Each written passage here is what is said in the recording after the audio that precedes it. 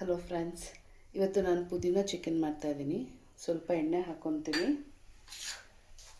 So ginger, garlic ಮತ್ತು ಹಸಿಮೆಣಸಿನ್ಕಾಯಿ ಇಷ್ಟು ಹಾಕ್ಕೊಳ್ತೀನಿ.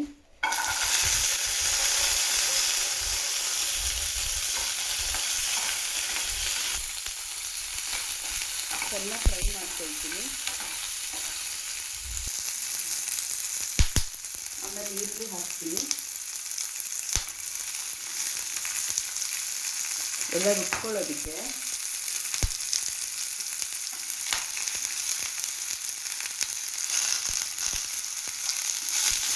ನಾನು 2 ಈರುಳ್ಳಿ ತೊಗೊಂಡಿದ್ದೀನಿ. ಅದರಲ್ಲಿ 1.5 ರುಬ್ಬಕ್ಕೆ ಹಾಕ್ತೀನಿ, ಅರ್ಧ ಫ್ರೈ ಮಾಡೋದಕ್ಕೆ ಹಾಕ್ಕೊಳ್ತೀನಿ. ಚೆನ್ನಾಗಿ ಫ್ರೈ ಮಾಡ್ಕೊಳ್ತೀನಿ ಇದನ್ನೆಲ್ಲನೂ. ಸ್ವಲ್ಪ ಮೆಣಸು ಹಾಕ್ಕೊಳ್ತಾ ಇದ್ದೀನಿ.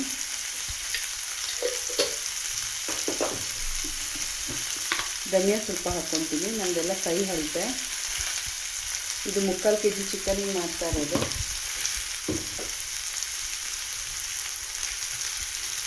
ಮತ್ತು ಕೊತ್ತಂಬರಿ, ಪುದೀನ ಕಟ್ ಮಾಡಿ ಹಾಕ್ಕೊತಾ ಇದ್ದೀನಿ. ಪುದೀನ ಜಾಸ್ತಿ ಇದೆ, ಕೊತ್ತಂಬರಿ ಸ್ವಲ್ಪ ಕಡಿಮೆ ಇದೆ. ಎಲ್ಲ ಚೆನ್ನಾಗಿ ಫ್ರೈ ಮಾಡ್ಕೊತೀನಿ. ನಾನು ಖಾರಕ್ಕೆ ಹಸಿಮೆಣಸಿನ್ಕಾಯಿ ಅಷ್ಟೇ ಯೂಸ್ ಮಾಡೋದು.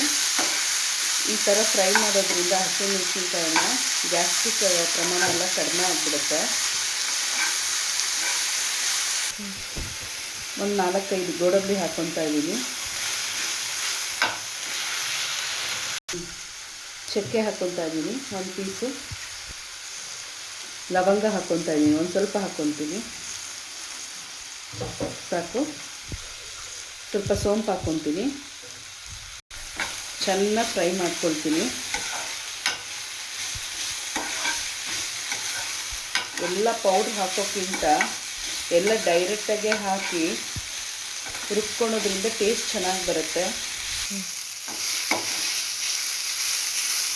ನನಗೆ ಪುದೀನ ಕಡಿಮೆ ಅಂತ ಅನಿಸ್ತು. ನಾನು ಮತ್ತೆ ಇನ್ನೊಂದು ಸ್ವಲ್ಪ ಪುದೀನ ಹಾಕ್ಕೊಳ್ತೀನಿ. ಬಟ್ ಪುದೀನ ಚಿಕನ್ ಅನ್ನೋದರಿಂದ ಸ್ವಲ್ಪ ಪುದೀನ ಜಾಸ್ತಿ ಇರಬೇಕು. ಬಟ್ ಚೆನ್ನಾಗಿ ಫ್ರೈ ಮಾಡಬೇಕು. ಇನ್ನೊಂದು ಸ್ವಲ್ಪ ಹಾಕ್ಕೊಂಡೆ ಪುದೀನ. ನಾನು ಕಡಿಮೆ ಅನ್ನಿಸ್ತು ಅದಕ್ಕೆ. ಸ್ವಲ್ಪ ಫ್ರೈ ಮಾಡಬೇಕಾದ್ರೆ ಎಣ್ಣೆ ಪ್ರಮಾಣ ಚೂರಾದರೂ ಇರಬೇಕು, ಇಲ್ಲ ಅಂತ ಹೇಳಿದ್ರೆ ಸೀದೋಗಿರೋ ಥರ ಆಗುತ್ತೆ. ಒಂದು ಅರ್ಧ ಟೊಮೆಟೊ ಹಾಕ್ಕೊಳ್ತಾ ಇದ್ದೀನಿ ಅಷ್ಟೇ. ಇಷ್ಟು ಚೆನ್ನಾಗಿ ಫ್ರೈ ಮಾಡಿ ಹುರ್ಕೊಳ್ತೀನಿ. ಈಗ ಸ್ವಲ್ಪ ಎಣ್ಣೆ ಹಾಕ್ಕೊಳ್ತೀನಿ. ಆನ್ ಮಾಡಿಕೊಂಡು ಸ್ವಲ್ಪ ಎಣ್ಣೆ ಹಾಕ್ಕೊಂಡಿದ್ದೀನಿ. ನಾನು ಆಗಲೇ ಹೇಳಿದ್ನಲ್ಲ, 2 ಈರುಳ್ಳಿಲಿ 1.5 ರುಬ್ಬಕ್ಕೆ ಹಾಕ್ತೆ. ಕರಿಬೇವು ಮತ್ತು ಈರುಳ್ಳಿ ಹಾಕ್ತಾಯಿದ್ದೀನಿ ಫ್ರೈಗೆ.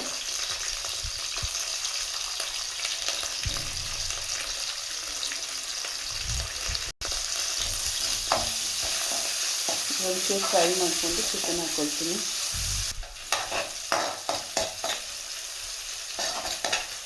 ಈಗ ಚಿಕನ್ ಹಾಕ್ಕೊಳ್ತೀನಿ.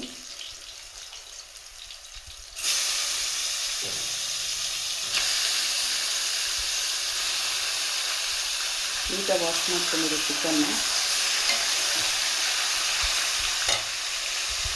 ಅರಿಶಿನ ಹಾಕ್ತೀನಿ.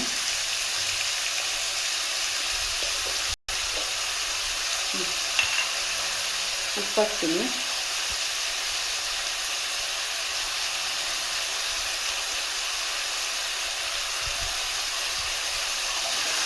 ಚೆನ್ನಾಗಿ ಫ್ರೈ ಮಾಡ್ಕೊತೀನಿ.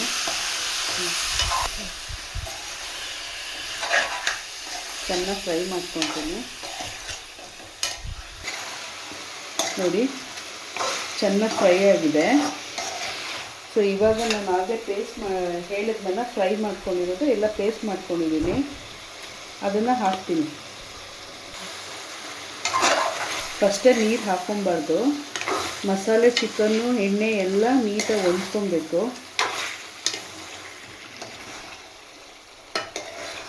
ನಾನು ಚೆನ್ನಾಗಿ ಫ್ರೈ ಮಾಡಿಕೊಂಡೆ ಮಸಾಲೆನ ಪೇಸ್ಟ್ ಮಾಡ್ಕೊಂಡಿರೋದು.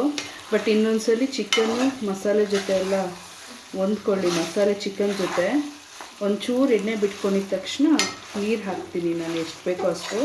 ನಾನು ಈ ಕಾಂಬಿನೇಷನ್ ದೋಸೆಗೆ ಮಾಡ್ತಾ ಇರೋದು. ಸೊ ದೋಸೆಗೆ ಸ್ವಲ್ಪ ಗ್ರೇವಿ ಇರಬೇಕು. ನೀವು ಯಾವುದ್ರ ಜೊತೆ ಕಾಂಬಿನೇಷನ್ ಮಾಡ್ಕೊಳ್ತೀರೋ ಅದ್ರ ತಕ್ಕಂಗೆ ನೀರು ಹಾಕ್ಕೊಳ್ಬೇಕು. ನಿಮಗೆ ವಿಡಿಯೋದಲ್ಲಿ ಎಷ್ಟು ಕ್ಲಿಯರಾಗಿ ಕಾಣ್ತಿದೆಯೋ ಗೊತ್ತಿಲ್ಲ, ಎಷ್ಟು ಒಳ್ಳೆ ಕಲರ್ ಬಂದಿದೆ ನೋಡಿ. ಹಿಂಗೆ ಎಣ್ಣೆ ಬಿಟ್ಕೊಬೇಕು. ನಾನು ಒಂದು ಡ್ರಾಪ್ ನೀರು ಹಾಕಿಲ್ಲ, ಮಸಾಲೆ ಹಾಕಿರೋದಷ್ಟೇ. ನೋಡಿ ಎಷ್ಟು ಒಳ್ಳೆ ಕಲರ್ ಬಂದಿದೆ. ಈಗ ನಾನು ನೀರು ಹಾಕ್ಕೊಳ್ತೀನಿ.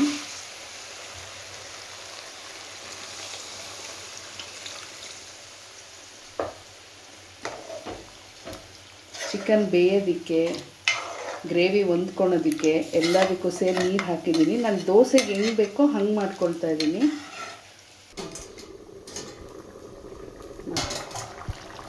ನೋಡಿ, ನೀರು ಹಾಕಿದ್ಮೇಲೆ ಚಿಕನಲ್ಲಿರೋ ನೀರು ಬಿಟ್ಕೊಂಡು ಸ್ವಲ್ಪ ನೀರು ಅನಿಸುತ್ತೆ. ಸೊ ನಾವು ಪ್ಲೇಟ್ ಮುಚ್ಚಿ ಬೇಯಿಸೋದ್ರಿಂದ ಚಿಕನ್ ಬೇಗ ಬೇಯುತ್ತೆ. ಬಟ್ ನಮಗಿದು ಗಟ್ಟಿ ಆಗಬೇಕು ಅಂತ ಹೇಳಿದ್ರೆ ಪ್ಲೇಟ್ ಓಪನ್ ಮಾಡಿ ಬೇಯಿಸ್ಬೇಕು. ಅವಾಗ ಏನಾಗುತ್ತೆ, ಗಟ್ಟಿ ಆಗಿಬಿಡುತ್ತೆ. ಸೊ ನಮಗೆ ನಾವು ಕುಕ್ ಮಾಡ್ತೀವಲ್ಲ, ಕೆಲವೊಂದು ಟೆಕ್ನಿಕನ್ನು ತಿಳ್ಕೊಳ್ಬೇಕು. ಪ್ಲೇಟ್ ಮುಚ್ಚೋದ್ರಿಂದ ನೀರಿನಂಶ ಇನ್ನೂ ಸ್ವಲ್ಪ ಜಾಸ್ತಿ ಆಗುತ್ತೆ. ಪ್ಲೇಟ್ ತೆಗೆದು ಬೇಯಿಸಿದ್ರೆ ಏನಾಗುತ್ತೆ, ನಮಗೆ ಗಟ್ಟಿ ಬೇಕಂತ ಹೇಳಿದ್ರೆ ಗಟ್ಟಿ ಆಗುತ್ತೆ. ನನಗೆ ಇಷ್ಟು ಸಾಕು, ನನಗೆ ದೋಸೆಗೆ ಬೇಕಾಗಿರೋದ್ರಿಂದ ಇಷ್ಟು ಗ್ರೇವಿ ನನಗೆ ಬೇಕು. ಮತ್ತು ಇದು ಬೆಂದಿದೆ ಅಂತ ಹೆಂಗೆ ಗೊತ್ತಾಗುತ್ತೆ, ಆಗಿದೆ ಅಂತ ಹೆಂಗೆ ಗೊತ್ತಾಗುತ್ತೆ ಅಂದರೆ ಎಣ್ಣೆ ಸುತ್ತ ಬಿಟ್ಕೊಳುತ್ತೆ. ಸೊ ಆವಾಗ ಇದು ಫಿನಿಶ್ ಆಯಿತು ಅಂತ ಹೇಳಿ. ಇನ್ನೂ ಎಣ್ಣೆ ಬಿಟ್ಕೊಂಡಿಲ್ಲ, ಇನ್ನೂ ಬೇಯಬೇಕು. ಸ್ವಲ್ಪ ಗಟ್ಟಿ ಆಗಲಿ ಅಂತಲೇ ಓಪನ್ ಮಾಡಿ ಬೇಯಿಸ್ತಾ ಇದ್ದೀನಿ. ಆಗಿದೆ. ಇಷ್ಟೇ ಪುದೀನ ಚಿಕನ್. ಒಂದ್ಸಲಿ ಟ್ರೈ ಮಾಡಿ ನೋಡಿ, ಹೇಗೆ ಬಂತು ಅಂತ ಕಮೆಂಟಲ್ಲಿ ತಿಳಿಸಿ. Thank you.